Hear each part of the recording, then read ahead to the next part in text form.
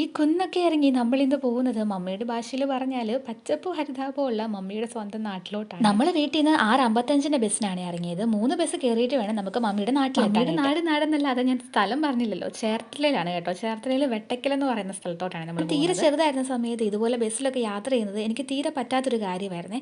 ഞാൻ ബസ്സിൽ കയറിയിട്ടുണ്ടോ 2 പ്രാവശ്യമെങ്കിലും ഞാൻ ഛർദ്ദിക്കുമായിരുന്നു. ആ ഛർദ്ദിൽ ഒഴിവാക്കാൻ വേണ്ടിയിട്ട് കോട്ടയത്ത് നിന്ന് ബസ് കയറിയാൽ ചേർത്തല വരെ കിടന്ന് ഞാൻ അങ്ങ് ഉറങ്ങുമായിരുന്നു. അത് കാരണം തന്നെ ഈ പുറത്തെ കാഴ്ചകളൊന്നും ആസ്വദിക്കാനായിട്ടും എനിക്ക് പറ്റിയിട്ടില്ല. യുപിയിലൊക്കെ കയറി കഴിഞ്ഞ് സ്കൂൾ ബസ്സിലൊക്കെ അങ്ങ് പോയി സ്ഥിരമായി കഴിഞ്ഞപ്പോഴത്തേക്കിന് വൊമിറ്റിംഗ് ടെൻഡൻസി ഒക്കെ അങ്ങ് കുറഞ്ഞു വന്നേ.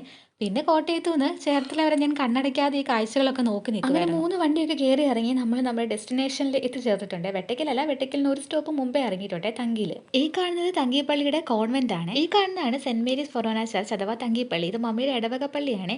നമ്മൾ വെട്ടക്കൽ വരുന്ന സമയത്തൊക്കെ ഈ പള്ളി വിസിറ്റ് ചെയ്യുന്നത് ഒരു പതിവാണ്. തങ്കിപ്പള്ളിയെ കുറിച്ച് കേട്ടിട്ടില്ലാത്തവർക്ക് വേണ്ടി പറയാം, ഇതൊരു തീർത്ഥാടന കേന്ദ്രമാണ്. ഇവിടെ മുടി വളരുന്ന കർത്താവിന്റെ ഒരു അത്ഭുത തിരുസ്വരൂപം ഉണ്ട്. ഈ ഇടവക സ്ഥാപിതമാകുന്നത് 1587-ലാണ്. ആ സമയത്ത് ഇടവക അംഗങ്ങൾക്ക് ഒരു വലിയ ആഗ്രഹം ഉണ്ടായിരുന്നു, തങ്കിപ്പള്ളിയിലോട്ട് ഒരു പീഡാസഹനത്തിന്റെ രൂപം വാങ്ങണമെന്നുള്ളത്. ക്ഷാമത്തിന്റെ കാലഘട്ടമായിരുന്നു അത്, അതായത് 2ാം ലോക മഹായുദ്ധത്തിന്റെ ഒക്കെ ആരംഭമായിരുന്നു. പക്ഷെ അന്ന് ഈ ഇടവകയിലെ അമ്മമാര് അത്താഴത്തിനെടുക്കുന്നതിൽ നിന്നും ഓരോ പിടി അരി വീതം മാറ്റിവെക്കാൻ തുടങ്ങി.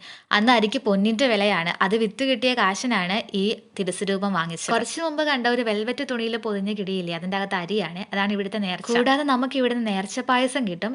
ശബരിമലയിൽ നിന്ന് നമുക്ക് കിട്ടുന്ന അരവണിയില്ലേ, അതിന്റെയൊക്കെ ഏകദേശം ടേസ്റ്റ്. ആ കാണുന്നത് ഒരു തൊട്ടിലാണ്. മക്കളില്ലാത്തവര് കുട്ടികൾക്ക് വേണ്ടിയിട്ട് പ്രാർത്ഥിക്കുന്നത് അവിടെ. ഞാൻ വീട്ടിലെ മൂത്ത കുട്ടി ആയത് കാരണം എന്റെ മാമോദിസം നടന്നത് മമ്മിയുടെ ഇടവക പള്ളിയിൽ. പള്ളിയോട് ചേർന്ന് തന്നെ പള്ളിയുടെ സ്കൂളും ഉണ്ട്. തങ്കി സ്കൂൾ എന്നാണ് പറയുന്നത്. സെന്റ് ജോർജ് എന്നാണ് കേട്ടോ ശരിക്കുള്ള പേര്. ഇത് മമ്മിയുടെ സിബ്ലിങ്സും ഒക്കെ ഇവിടെ തന്നെയാണ് പഠിച്ചത്. ഇവിടെ വരുമ്പോൾ സ്കൂളിന്റെ കുറച്ച് കഥ പറച്ചിലൊക്കെ നമ്മൾ കേൾക്കേണ്ടി വരും. ഈ കാണുന്നത് പള്ളിയുടെ ഫ്രണ്ട് വശമാണ്. അവിടെ എന്തൊക്കെയോ പണി നടന്നുകൊണ്ടിരിക്കുവായിരുന്നു. പിന്നെ നമ്മൾ സെമിത്തേരിയിൽ പോയി ഒന്ന് പ്രാർത്ഥിച്ചിട്ട് നേരെ വീട്ടിലോട്ട് പോയേ. പിടിച്ച് കിടക്കുന്നത് ഒരു കുളമാണ് കേട്ടോ. തീരെ ചെറുതായിരുന്നപ്പോൾ വെക്കേഷൻ വരുമ്പോഴേ ഞങ്ങളെ അമ്മ വീട്ടിലോട്ട് നാട് കിടത്തുമായിരുന്നേ. പ്രത്യേകിച്ച് ഈ ഈസ്റ്ററിൻ്റെയും ദുഃഖവെള്ളിയുടെ ഒക്കെ സമയത്ത്. ആ സമയത്തായിരിക്കും നമുക്ക് തങ്കിപ്പള്ളിയിലെ പെരുന്നാളും കാര്യങ്ങളൊക്കെ വരുന്നത്. ഇവിടെ വരുമ്പോൾ ഞാൻ യൂഷ്വലി യൂസ് ചെയ്യുന്നത് ഈ ഫ്രണ്ടിൽ കാണുന്ന ഒരു റൂമാണ്. ഇന്ന് ബ്രേക്ക്ഫാസ്റ്റ് ഒക്കെ കഴിച്ചിട്ടാണ് വന്നത്. എന്നാൽ ഞങ്ങൾ കട്ടൻ ചായയും കേക്കും ഒക്കെ വന്നപ്പോഴേ കഴിച്ചിട്ടുണ്ടായിരുന്നു. ഇവിടെ എല്ലാം കട്ടൻ ചായയുടെ ആൾക്കാരാണ്. ചായ കൂടിയൊക്കെ കഴിഞ്ഞ് മമ്മി പറമ്പിൽ കൂടെ ഒരു മിന്നൽ വിസിറ്റിന് ഇറങ്ങിയിട്ടുണ്ടായിരുന്നു. ഞാൻ ആ ചൂണ്ടി കാണിക്കുന്നത് അവിടെ ഒരു മഞ്ചാടി മരം നിപ്പുണ്ടായിരുന്നതാണ്. അതൊക്കെ വെട്ടിക്കളഞ്ഞു. നമ്മുടെ പറമ്പിൽ തന്നെ 2 കുളമുണ്ട്. ഈ കാണുന്നത് കുളം പറമ്പിൻ്റെ ഏറ്റവും അറ്റത്തുള്ള കുളമാണ്. അതങ്ങനെ ആരും ഉപയോഗിക്കാറൊന്നുമില്ല. അങ്ങോട്ടേക്കൊക്കെ പോകുന്നത് കുറവായ കാരണം ഫുള്ള് ചെളിയൊക്കെ പിടിച്ച് കിടക്കും. പിന്നെയുള്ളത് ഈ ഒരു കുളമാണ്. ഈ കുളം അടുക്കളയുടെ അവിടെ നിന്ന് നോട്ടം കിട്ടുന്ന ഒരു കുളമാണ്. കുഞ്ഞിലെ ഈ ഒരു കുളം കാരണം ഒരുപാട് അടി ഞങ്ങൾ വാങ്ങിച്ചു കൂട്ടിയിട്ടുണ്ട്.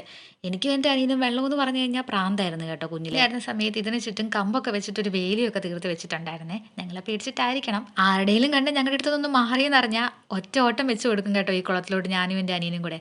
പക്ഷെ കുളം വരെ എത്തത്തില്ല, അതിനു മുമ്പ് ആരെയും ഞങ്ങളെ പൊക്കും. പിന്നെ വീടിന് ചുറ്റും ഒരു ഓട്ടപ്രദക്ഷിണമായിരിക്കും. ഞങ്ങളുടെ പുറകെ ഒരു ഈൽക്കിരി കമ്പൊക്കെ ആയിട്ട് മിസ് വിക്ടോറിയ, അതായത് ഞങ്ങളുടെ വിക്ടർ ആൻറ്റിയും ഉണ്ടായിരുന്നു. മമ്മിയുടെ മൂത്ത സിസ്റ്ററാണ് വിക്ടർ ആൻറ്റി. വിക്ടർ ആൻറ്റി ഞങ്ങൾ വിളിക്കും. ശരിക്കുള്ള പേര് വിക്ടോറിയ എന്നാണ്. അതിൽ മൂത്ത 2 പേരോടെ ഉണ്ട്, കത്രീൻ ആൻറ്റി, മറിയ. കത്രീൻ ആൻറ്റി ആയിരുന്നു ഏറ്റവും മൂത്തയാള്. ഇന്ന് ജീവിച്ചിരിപ്പില്ല, ആളൊരു കന്യാസ്ത്രീ ആയിരുന്നേ. മമ്മിക്ക് 7 പെൺകുട്ടികളാണ്. അതിൽ സെക്കൻഡ് ലാസ്റ്റ് വണ്ണ കേട്ടോ മമ്മി. കാണുന്നൊക്കെ വിക്ടോറിയയുടെ കൃഷിപ്പണികളാണ്. മമ്മിയുടെ വീട്ടിൽ വന്നു കഴിഞ്ഞാൽ ഫുള്ള് റെസ്റ്റ് ആയിരിക്കുമേ. ഇങ്ങനെ പറമ്പിൽ കൂടെ അങ്ങോട്ടും ഇങ്ങോട്ടും നടക്കുകയും പുതുതായിട്ട് എന്തൊക്കെയോ ഉണ്ടായെന്ന് നോക്കി വെക്കുക ആയിരിക്കും പരിപാടി. എല്ലാവരും വീട്ടിൽ ഇങ്ങനെയൊക്കെ തന്നെ ആയിരിക്കുമല്ലേ. ഇടയ്ക്കിടയ്ക്ക് മമ്മിക്ക് വിറ്റാനിയുടെ കയ്യിൽ നിന്ന് വഴക്കും കേൾക്കുന്നുണ്ട്.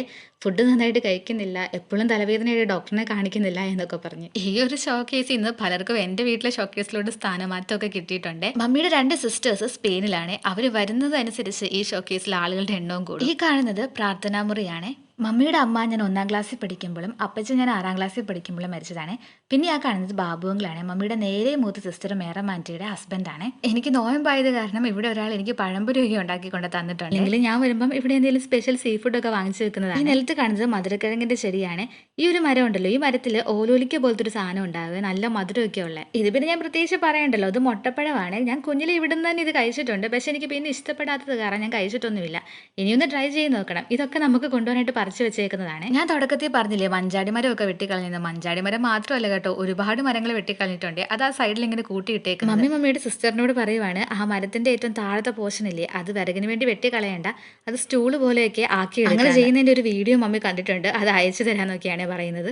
നമ്മളിന്ന് ഈവനിങ് തന്നെ തിരിച്ചു പോകും കേട്ടോ. അതാണ് ഈ ഡ്രസ്സൊന്നും മാറാതെ ഇങ്ങനെ ഉല്ലാതെ നടക്കുന്നത്. കറക്റ്റ് ഞങ്ങൾ ഫുഡ് കഴിക്കാൻ ഇരുന്ന സമയമായപ്പോഴത്തേക്കിനും കറണ്ട് പോയിട്ടുണ്ടായിരുന്നേ.